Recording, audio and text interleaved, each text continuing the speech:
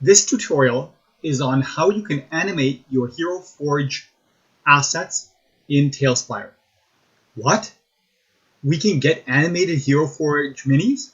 Yes, yes you can. With a little bit of work, it's not too hard, you can get animated Hero Forge assets in TaleSpire.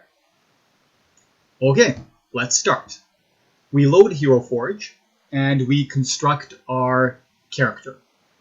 You can construct any character you want, but there's a few important things that we need to do. Once you've created the desired character, we're going to want to go to pose. And now what we want to do is we want to get a generic T-pose. So basically it's a character standing pretty straight with arms stretched out. Yes, I know that's a useless pose. You're not going to want that in TaleSpire, but we need that to make the process of animating much easier. Okay, so I'm going to try and start off with a pose like this, which is very close to a T-pose. Then I'm under poses, I'm going to go to advanced, and it looks like the hands here need to be bent a little bit. Nope. Twist. No. Tilt. Okay. I'm just going to try to straighten these out a little bit.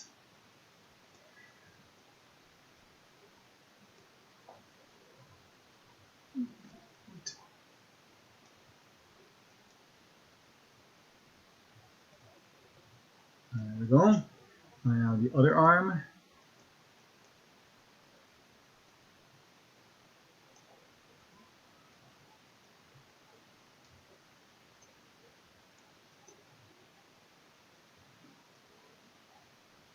Okay, and now we're going to want to straighten out that head.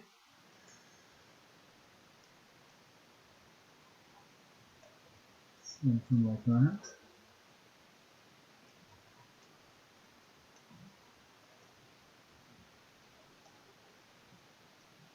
I think that's pretty close. So this is a basic T-pose, and that's going to make animating this a lot easier. The other thing that we can do is go over to the base. They call that stage here. Go over to base, and circular one is probably pretty good, but I'm going to change it to a square one. That's going to probably make removing that base much easier. Okay, so now we can go and export this, pay our money for our asset, and then we continue on with the next phase. Okay, so for step 2, we need to get rid of the Hero Forge asset base, because TaleSpire provides its own base, and it's going to make it much harder to animate the character. So we open up the Hero Forge asset in software like Blender. Blender is a freely available software, but any other 3D editing software will work. Okay, you caught me here. I'm not using a Hero Forge asset here. I didn't want to spend the 10 bucks on getting a mini that I'm not really going to use, so I'm using a different source here, but the process is exactly the same. So I've imported the asset, and we can see that it's got a base here. Now, this was why I chose the square base as opposed to the round base, because it's going to make it a lot easier to delete. So when you've loaded your asset in, go into edit mode, make sure everything's selected, and then you can see that we've got our base. So we're going to deselect everything. We're going to select only the base corners, and then we're going to delete vertices, and voila, we have our asset without a base. We're probably going to want to keep it off the floor, I'm guessing, because when we bring it in TaleSpire, that's probably going to make it about the right height. Okay, so now we are just going to save this asset and go on to the next step. So I'm just going to export. I'm going to export it as FBX, probably you can use either FBX or OBJ, not a problem. And we'll move on to the next step. One, FBX.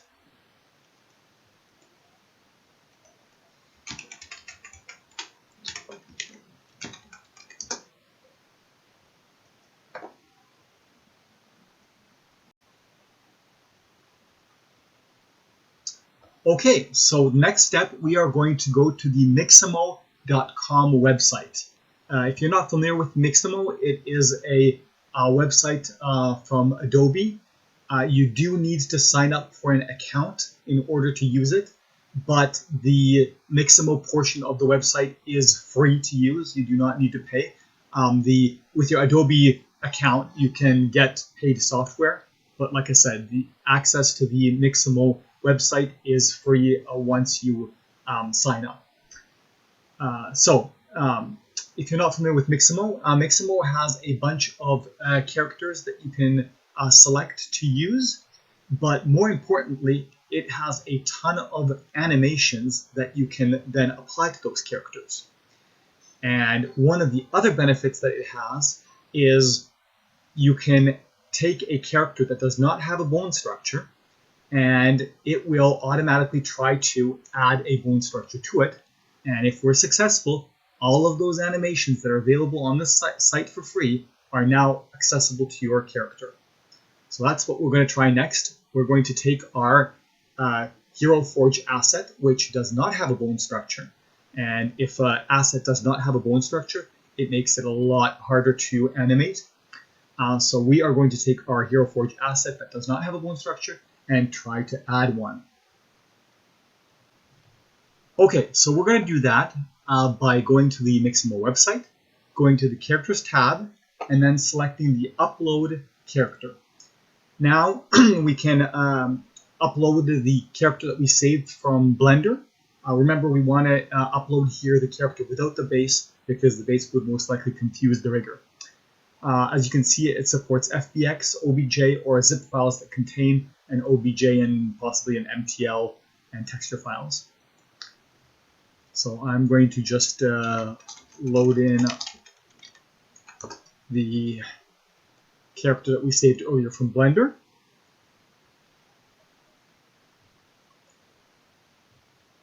Okay. And now I'm going to click Next. And it's going to ask for me to drag over where the various points are. So chin is probably somewhere down here. It's a little hard to tell with the beard. Then the wrists would be somewhere around here. If you have your symmetry clicked on, it's going to automatically select the other one. You can turn that off if your T-pose is not exactly symmetrical. Elbows are going to be probably somewhere around here. Knees somewhere around here. And it looks like the character isn't exactly symmetrical, so I'm going to actually adjust these. This part looks to be okay.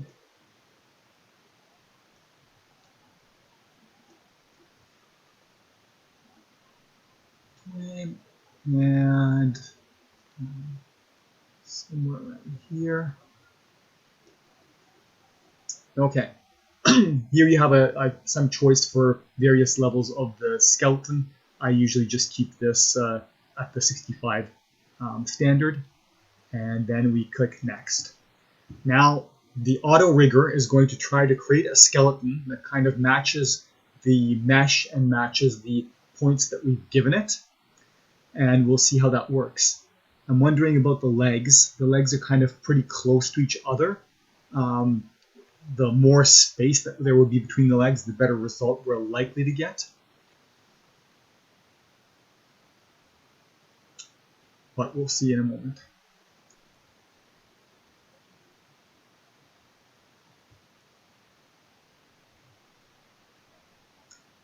Process can take a few minutes. Okay, and there's our character. If we look and rotate him. But actually doesn't appear to be too bad. So we can select next.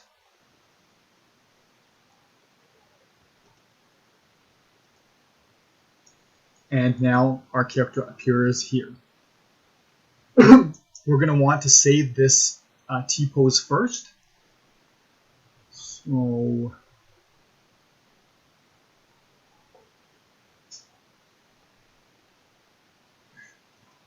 you hit the download,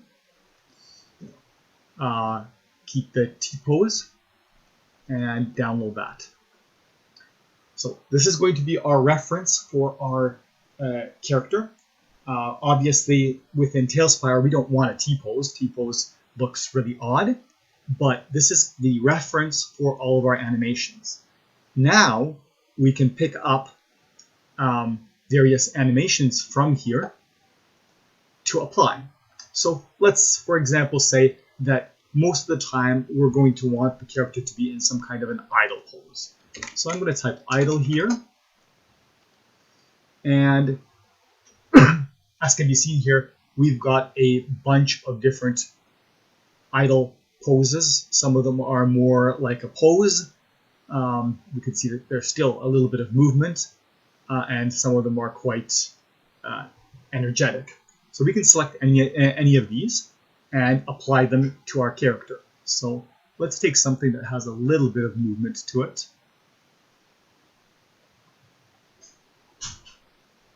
Maybe this happy idle here. Click on that, and we can see what that looks like on our character. Okay, that might be a little too much for the regular, when your character isn't being active. So let's switch to something a little bit more subtle. Yeah, moving, breathing a little bit. Okay, so let's go with that. We're going to download that.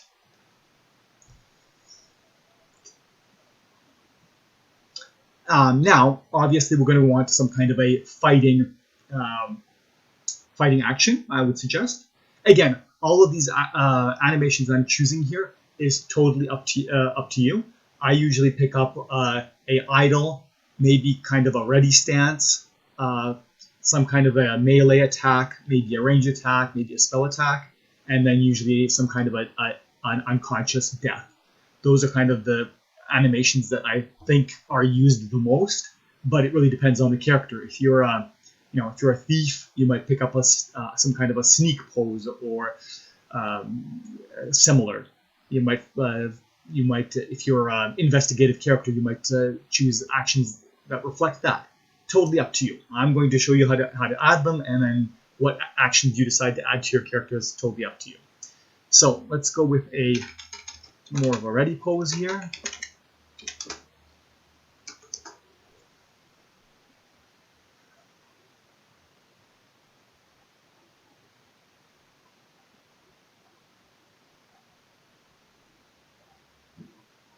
So maybe this one right here. Sure. And again, there's also settings here. So before you export it, you can kind of play with these settings if you want to adjust that animation or that pose a little bit. I'm just going to right now take the default. So let's get some kind of an attack. Let's say he's going to be a monk. That's going to be the easiest. So some kind of a kick.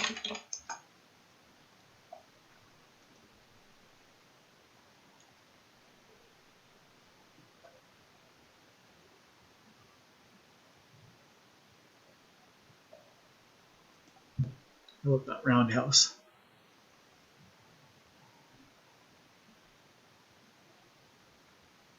That looks pretty good. For some animations that kind of cause the character to move, there's usually a selection over here to do it all on one spot or to actually make it move. A lot of times you'll want to select the on the spot only so that your character doesn't kind of run off the TaleSpire base and end up somewhere else. But anyways, okay, so again, I'm going to download that. And let's say that this character won't have any ranged attacks, no magic. So let's also go give him some kind of a death, unconscious. So this is typically where I kind of look for something that's, a character that's flying back a lot. We probably don't want. So I can look at that. Yeah, that's kind of falling down in one spot, so that's probably a decent selection. So let's download that.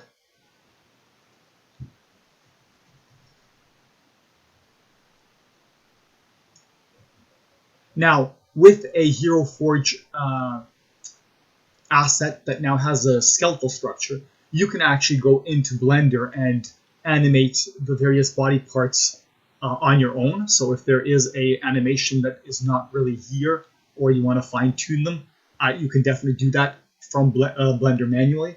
But using these pre-generated animations, I find is the easiest way. And like I said, Mixamo has a very large selection of these animations, so you could probably find one for most things that you're looking for. Okay, so the next step is now we want to open our rigged asset, the first one that we saved from here in Blender, and start adding these animations. Okay, so here we are in Blender. I've loaded the asset. As we can see, there's an armature. That's the skeletal structure for the creature. It looks like that I've got some extra cameras and lights here. It's not necessary to delete these because we won't be exporting them, but I like to keep my workspace nice and clean. Okay, so right now that's our T-pose. And as we said earlier, T-pose is not really interesting. We don't want our character standing in the T-pose. So now we've got to add our animations. So I'm going to go over here, and I'm going to switch to the dope sheet. I'm going to pull this up a little bit. So we can see nothing. This is right now a very static T-pose character. So I am going to go and now import the FBX, and I'm going to select our idle pose, and that's now going to select a second character. It's going to introduce a second character. It's going to introduce again a bunch of cameras and lights, which we can ignore.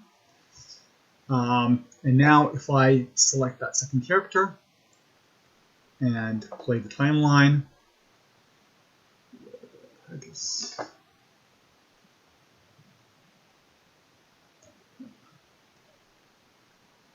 we can see that character is generating that kind of idle pose.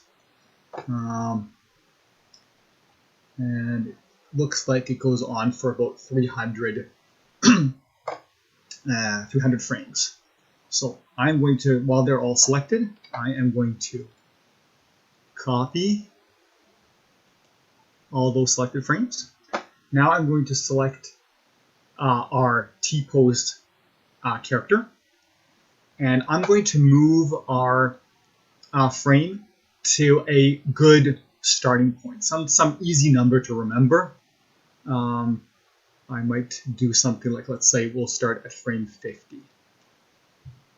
And now I am going to paste.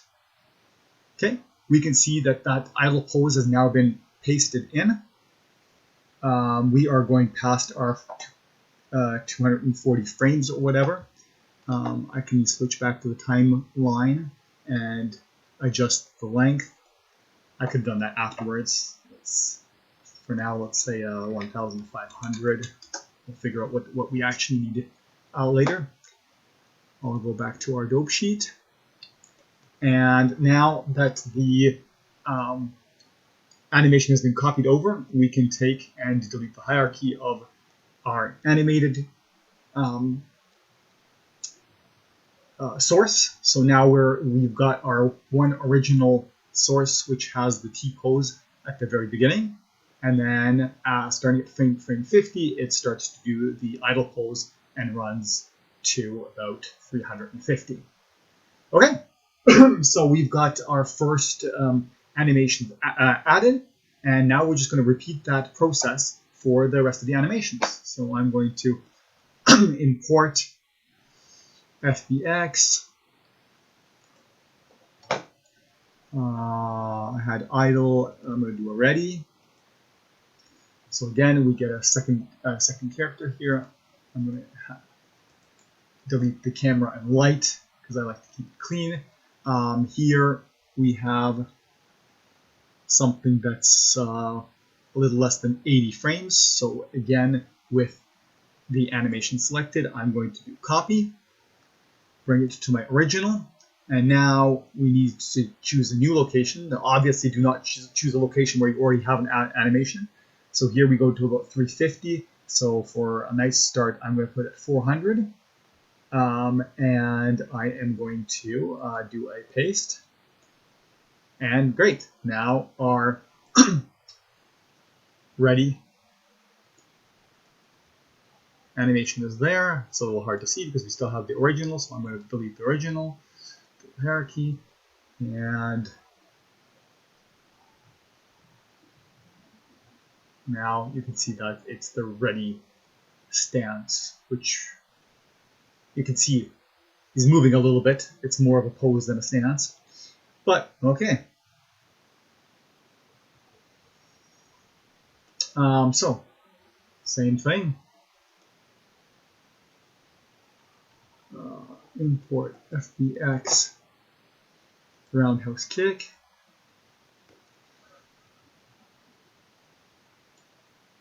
Looks like it goes about 75 or so frames. So again, I'm going to copy those frames, switch over to our main character. Last time it went to about 475, so I'm going to start at 500. Nice, even a nice number to work with. Paste, and there is our roundhouse kick.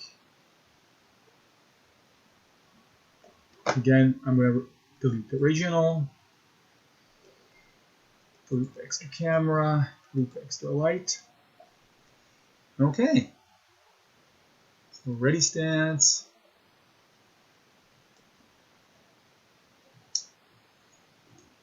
And then we had still the death stance, or death animation. So import death. Okay.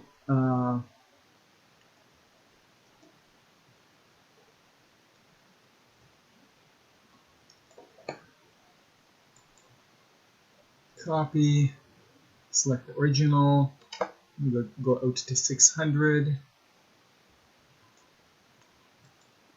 paste it in, delete the original, delete the extra camera, delete the extra light.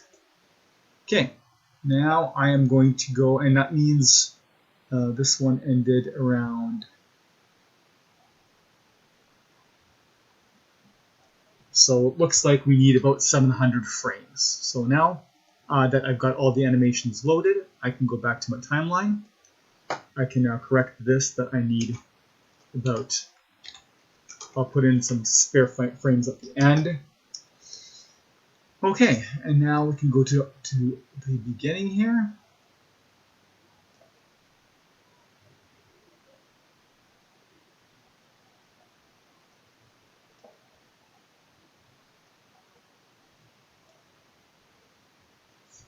And if we play our animation right now,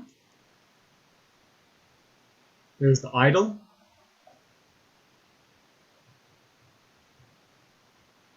Idle one was a long one. There's our ready stance. There's our roundhouse. And there's our death scene. Okay, great. So looks like we've got all of our animations ready on our asset. So now we are going to export the asset once again, because obviously we want to export this time with all the animations. So again, you want to export it as FBX. It's important that you export it as FBX because FBX will maintain all those animations and the skeletal structure. If you export it as OBJ, you would lose all that. So I'm going to go demo 1 with anims. And now we're ready to take it into Unity and set it up for TaleSpire. Okay, so next we open up a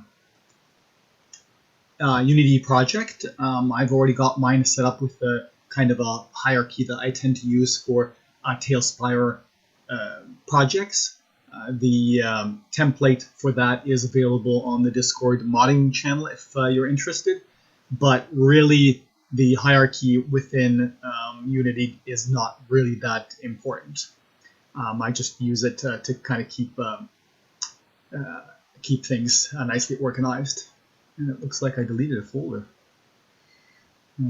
Create folder meshes. So we're going to first import in our newly rigged character.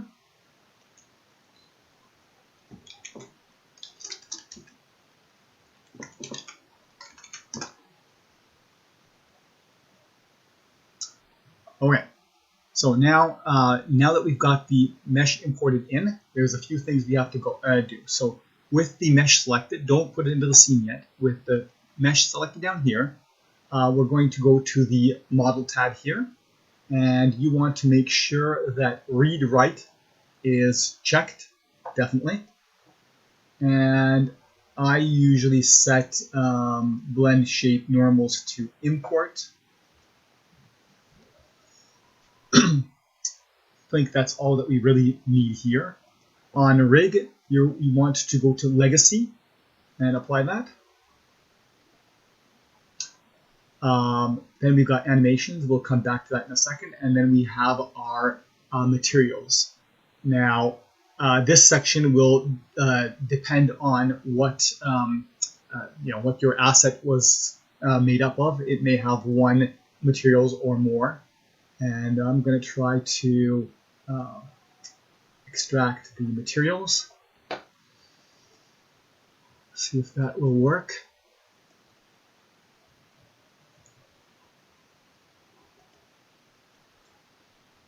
So it was able to extract the materials for me. And it looks like that it's not able to extract the texture files. I believe for Hero Forge assets, you should be able to extract the texture files because so many people have already used their Hero Forge minis with textures attached and they don't have problems getting them. So I presume that either they're able to extract them here or when they get the download, it comes with the texture files. So so you shouldn't have a problem with the getting the textures extracted, and then you will have the necessary materials. So in this particular case, because I don't have the textures attached, I'm going to have a kind of a gray character. But again, the process would be extract your textures. I usually put those in the textures folder here, and then you go to your materials and drop in your textures here. Okay, so once you have that, we are going to go back to our mesh. We're going to go to the animations tab. And this is where we set up the animations. Now, with earlier versions of the extra asset registration plugin and the custom mini plugin that came before it, you needed to call your animations anim01, anim02, anim03, anim04, and so on in order to use the hotkeys. With the latest version of Ear, you do not need to. The latest version of Ear will now just find the first animation, and when you hit the hotkey for the first animation, it will play that regardless of what your name for it is. That means that we can actually put some reasonable names to tell us what that animation represents. So on the Animations tab, we can see a bunch of stuff here kind of set up. We can see that it tried to sort of figure out some animation breaks, but we can see that the last one is kind of our 0 to 708. In Blender, we had 710. It kind of rounds the numbers off here a little bit. So we're going to start with that one, and I'm going to rename it here. And our first animation was an idle one, so let's call it idle. Now, if we remember, we started at 0. That was our T-pose. We're not interested in the T-pose. And our animations for idle started at frame 30. So I am going to accept that first of all, and then say start at 30. And if I remember correctly, it ran for 300 frames, so it ended at 330, I think. So I'm going to enter that in here, and we can verify that by playing.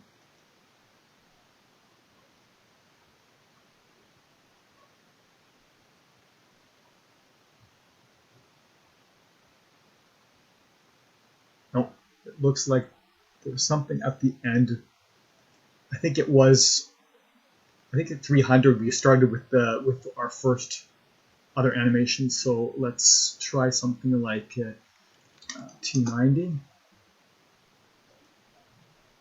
Let's watch the end there.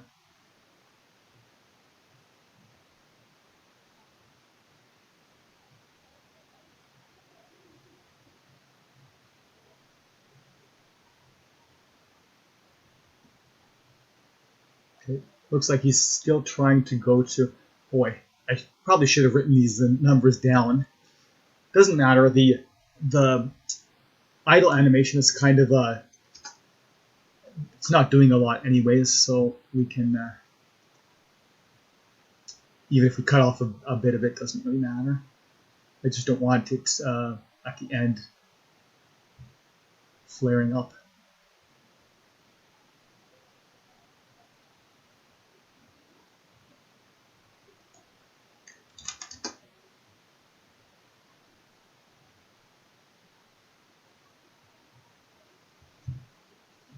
Might actually be our start that's kind of doing that jitter there. Okay, it doesn't really matter. So we've set our start point, our end point, and now we have to decide what type of mode we want this to be.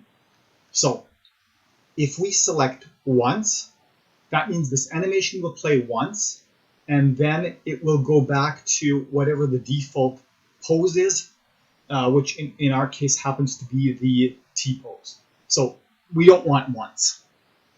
So we can actually do a loop. Loop will just keep playing the animation over and over and over again until some other animation is selected. So for our idle pose, that's probably what we want. We also have clamp forever. Clamp forever is things like, for example, our death pose. Our death pose, we're going to play the animation, and then we want it to stay in the last frame of that animation until another animation is chosen. So that would be the clamp forever. Ping pong, I don't really remember what ping pong does. I think it goes forward and backward, so not really used frequently. So in this case, we're going to put it on loop forever and apply that. So we now have a idle pose. I'm going to get rid of these.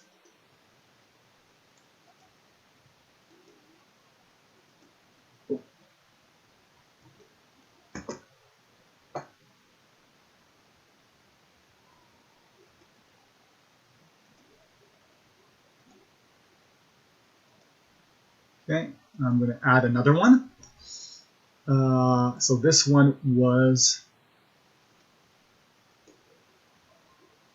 So here we saw earlier that these ones were kind of partial animations, and this one was the full length one. So I'm going to select the full length one to get access to all the frames. Now I'm going to call this one already. And if I remember correctly, our ready went from 300 to, it was like 380. Do I remember that correctly? Looks like I'm wrong. Was it 400?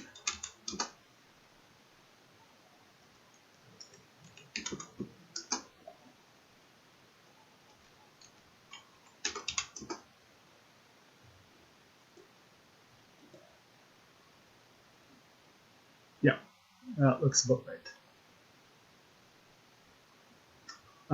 So similarly here, I think we want to go with a loop forever. Apply. Next. This one's going to be our kick. 500 to 580. And our kick, we want to play once.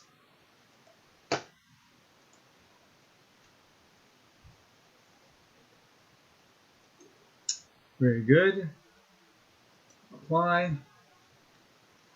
And then we had our death.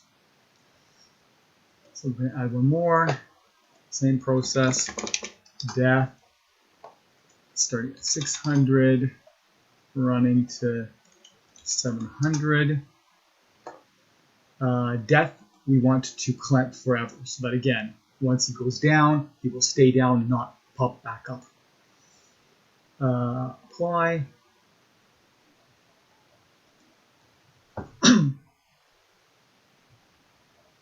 Yeah. You will note that when you play the animation here, it will always loop it. It doesn't respect whatever the wrap mode is, but we've set it to wrap mode. Okay, so now we have our animations defined. That's great. As I said earlier, in ear, these will automatically become assigned to animation 1, animation 2, animation 3, animation 4. So you can hotkey these animations when you're using the extra assets registration module or similar with the CMP. Although this actually will not work with CMP because CMP would need these to be named an M0, an M1, an M2, an M3, and an M4 in order for it to work. So if you are planning on using your asset with CMP, the custom mini plugin, instead of ear, then I suggest that you rename these to an M1, an M2, an M3, and M4. Okay, so now we can pop our mesh into the scene. I think our asset may be a tad large.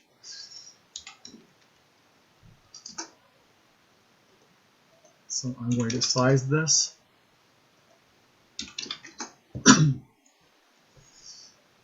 Okay, that looks good, and I think our asset is not facing the right way, so we can also fix that.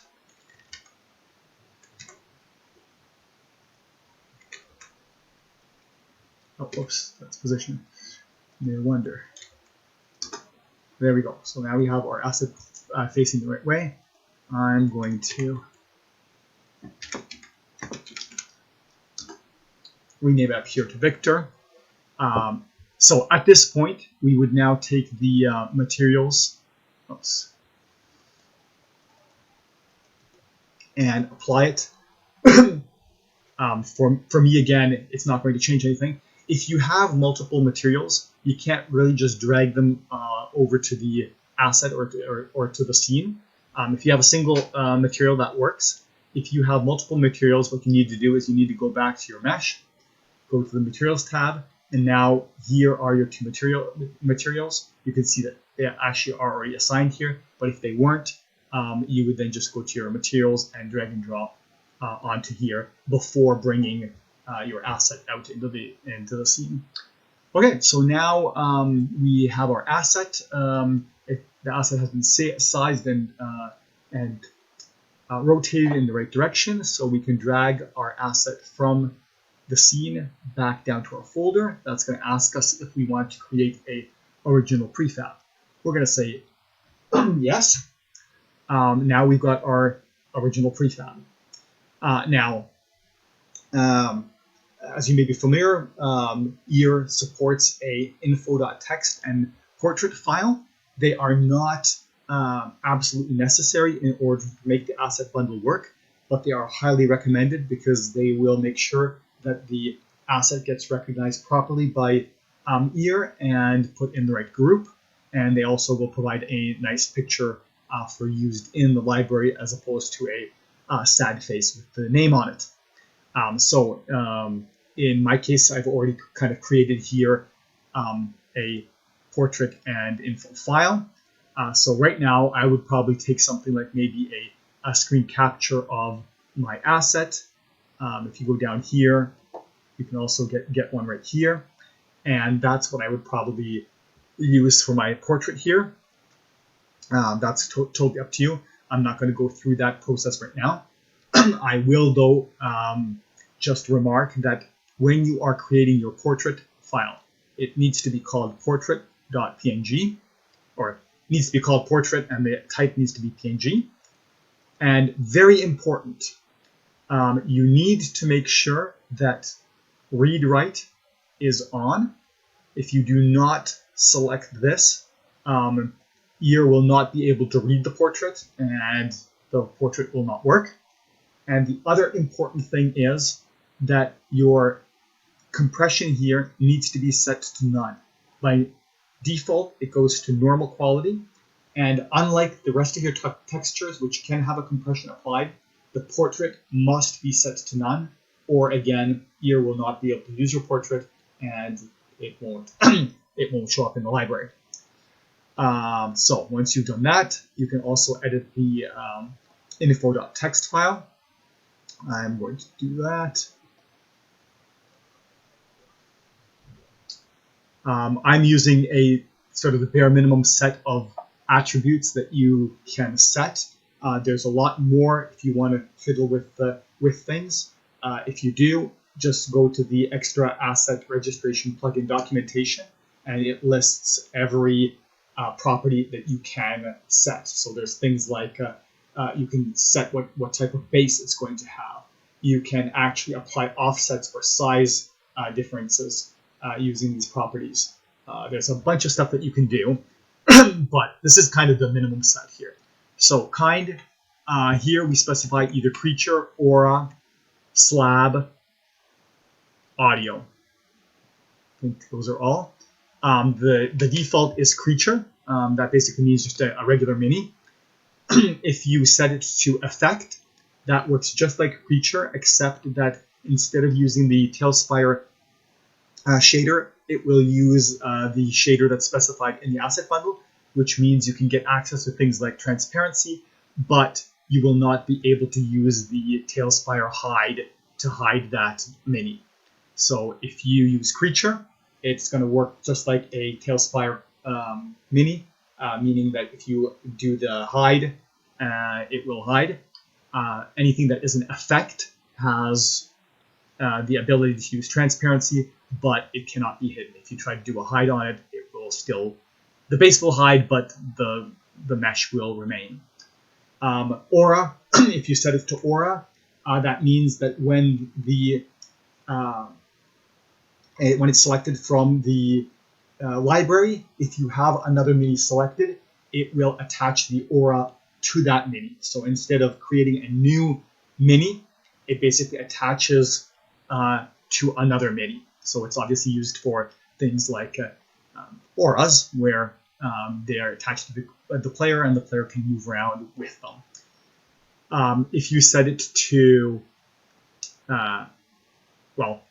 there's an option for slab, but slab is that's for creating a bunch of tiles together, and that's done slightly differently. You need to add additional stuff, so we're not going to go through that right now. And audio is if you're making audio assets that automatically are hidden, and the GM can kind of trigger them to play audio.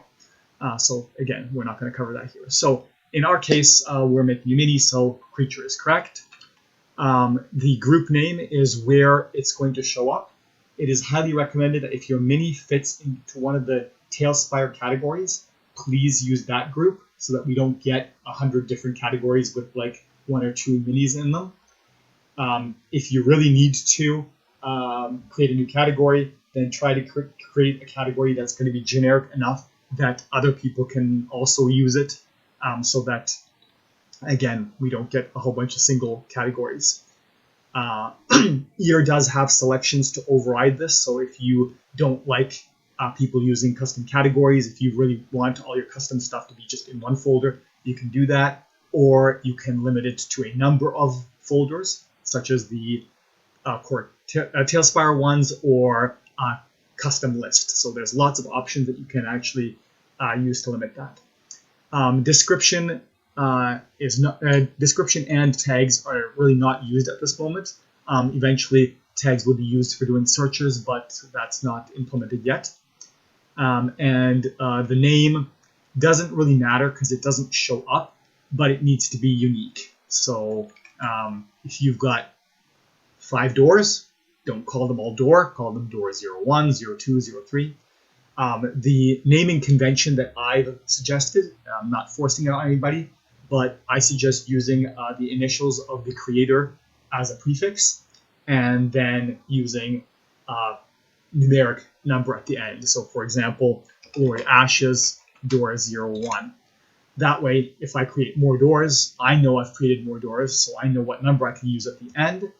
But if somebody else creates doors, it's not going to be a conflict because we've got the initials at the very beginning. Okay, so this is not an animated prop. I'm going to call this this is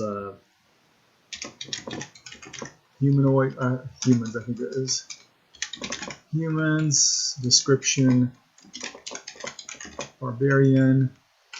Name: LA.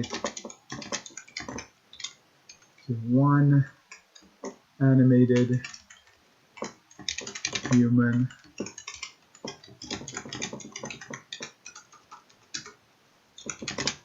Okay.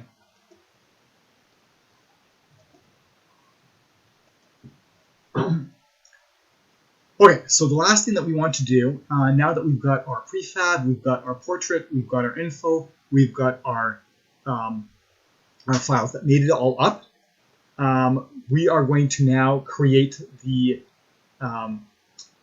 asset bundle package. Now, I'm going to rename this to Victor lowercase. I'm not sure if it is case sensitive, but all the asset bundles are always lowercase, so I'm going to go with I'm going to rename this to lowercase because it is very important that the asset bundle name and your prefab match. If they do not match, they will not work properly with EAR or CMP. So those two need to match. So I'm going to now create a new asset bundle. And of course, typing doesn't work here. It's a weird bug that I've noted.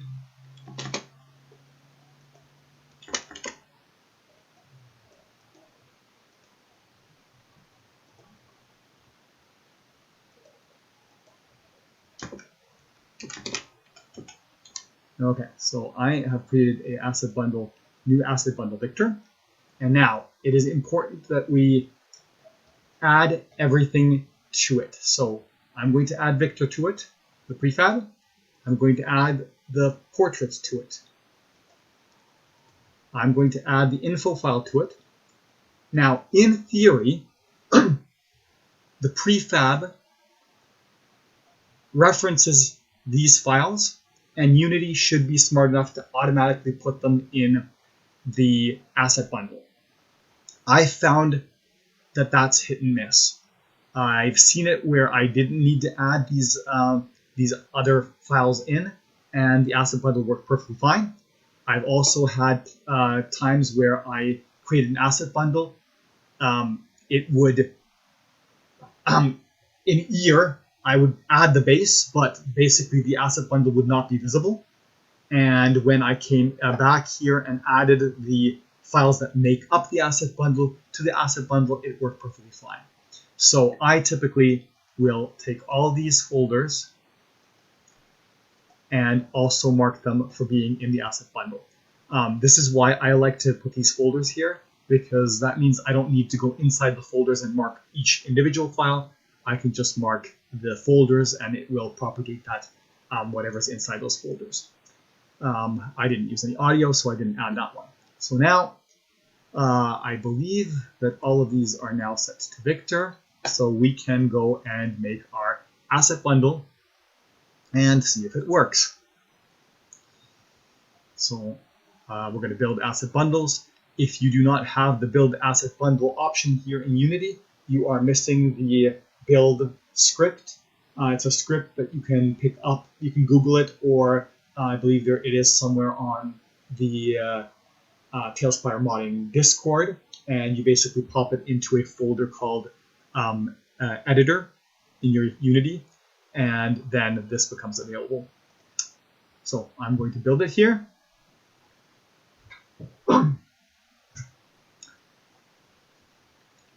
And for those who are not familiar, once you build the asset bundle, you need to put it into a what's known as a file access plugin location.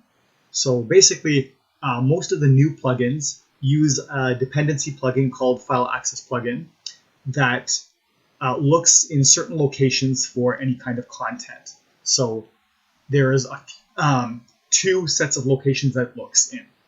One is all of the plugins that you have installed. It will look to see if they have a custom data subfolder, and it'll look in any of those. So the reason it does that is that if you download a plugin from Thunderstore and it has some assets, file access can now find them. So a program like Ear, for example, can immediately get access to if you download a Drow asset pack. Ear will be able to find it because it uses file access plugin, and that plugin looks through all your plugin custom data folders. But the reason why it looks at custom data folders is there might be other files that your plugin is using that it doesn't want other plugins to use, so you can keep those out of the custom data folder, and then file access will not find them. The other location that it goes to is within your TaleSpire game folder. You can create a TaleSpire _ custom data folder. This is what the old plugins used to use, and you could put content in there. So it's up to you. If you kind of like to have all of your custom content in one central location, you can use the TaleSpire _ custom data folder within your game folder. And again, because that's its own folder, you can very easily remove it if you want to remove all custom data. If you like to have your custom data with the plugins that they came with, you can do that too. So when we take Victor here, we can drop it in either one of those locations to make it work.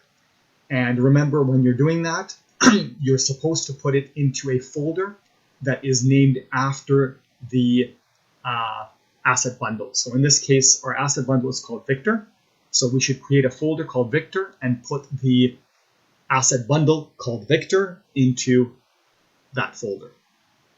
So basically it's the folder, the asset bundle, and the prefab all should share a name. So I'm going to do that now.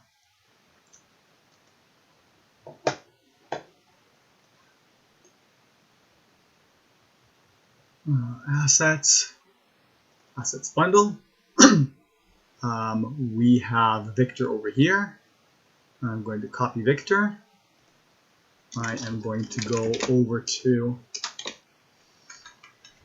so I'm going to go to the game folder, custom Spire, TaleSpire _ custom data. I've got a mini subfolder there to keep things organized. And I'm going to create a folder called Victor. And I am going to drop my asset bundle in there. And now we're ready to fire up TaleSpire with ear and see if our asset works. Well, that didn't quite work. There's a couple of steps I forgot, and I better go back and teach you all about them.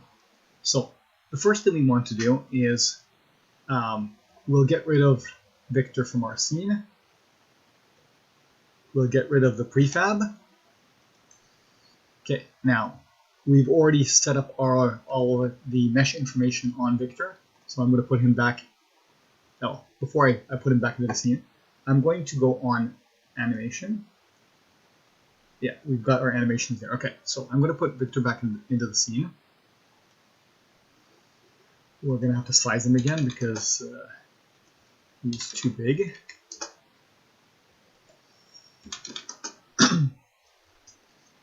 And we wanted to rotate him. Okay, so now, depending on how you exported from Blender, you may have exported the light and camera with the asset. In my particular case, that's what I did. When you export FBX, you can select to export only the select item. I didn't do that, which means I end up bringing a camera and a light into Unity. I will show you how you can see that in a moment. You do not want a camera or a light in Unity because that will move to TaleSpire and you will get really weird effects like I just did a few minutes ago. So if we go back to our Victor here, we can see that there's an arrow here. That means there's stuff under him. So what we can do is select to unpack the prefab. Prefab unpacked completely. Now we can see what's underneath. So our armature, that's good. That's our bone structure. We want to keep that. There's our Victor and his T-pose. We want to keep that. But we also got a camera and a light. We do not want those. So I'm going to select both of those and delete those. Now I am also going to go back to our Victor here, and when you go over to the inspector, there is a play automatically. What you want to do is you want to make sure that play automatically is checked here, and that the idle pose is the first pose. What that will do is when our asset is brought into TaleSpire, it will actually automatically play the first pose or animation, which is our idle animation, which is looping and goes on forever. If we did not check play automatically, our character would start off in that T pose and would not get a different pose until you selected one of the animation sequences. So play automatically, no camera, no light, and now we're just going to create that prefab again.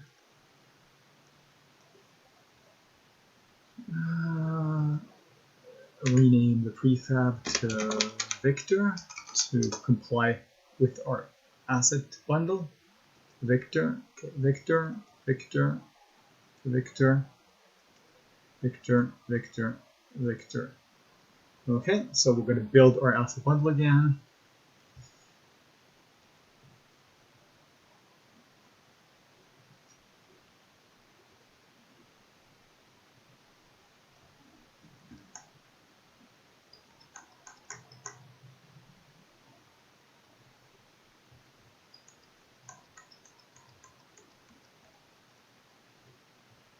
Don't see him here. I'm going to have to close it. So we're just going to go in Mission Explorer, go down to Asset Bundles, Victor, copy.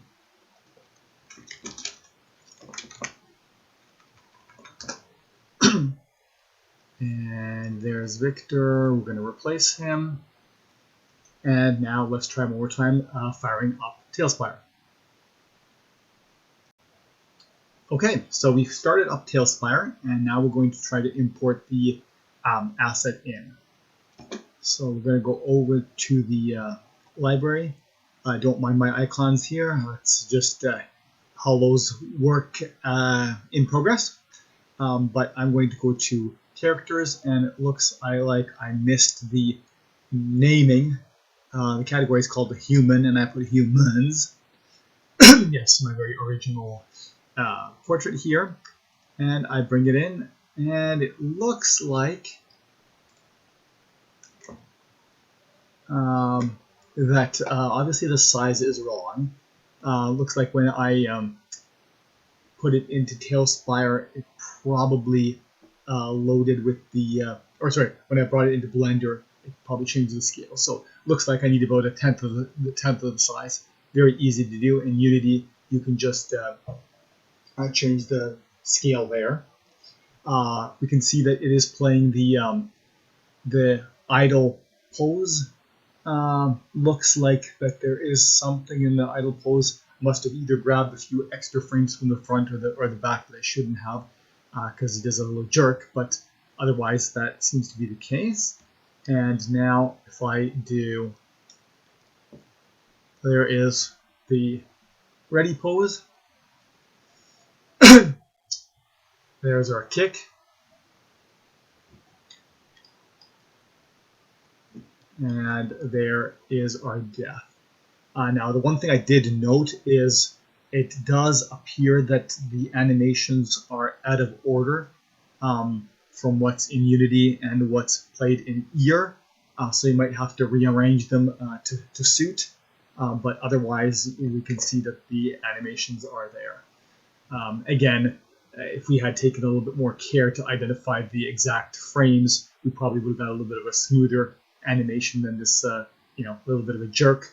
But otherwise, the process is there. We also seem to be missing a base here.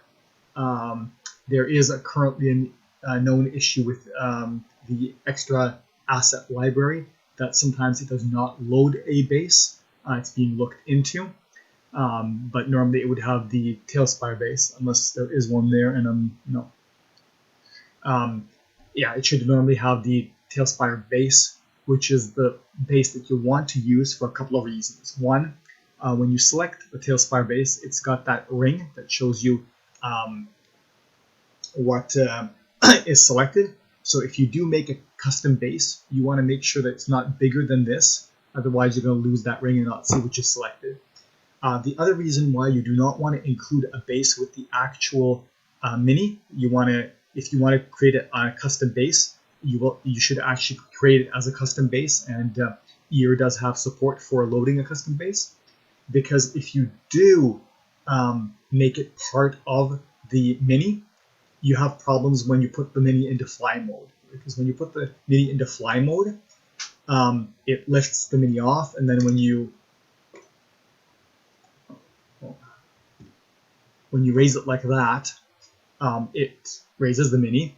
And obviously, if you have a base that's part of that mini, that base is going to raise. So for example, with Trix, I have a base that has kind of grass around it.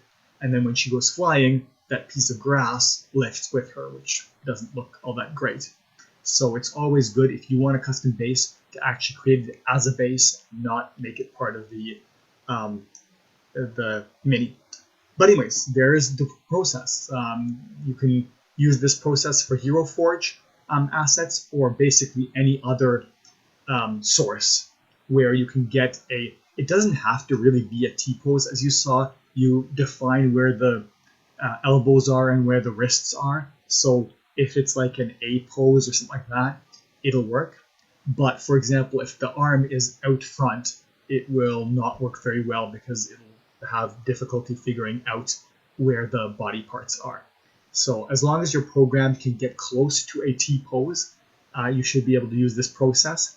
And once again, if you rig it with the Mixamo skeletal structure, you can get access to all of those Mixamo animations, and there's a lot of them. So for a lot of the characters, you won't have to actually make the animation manually in Blender. You can actually just use these animations.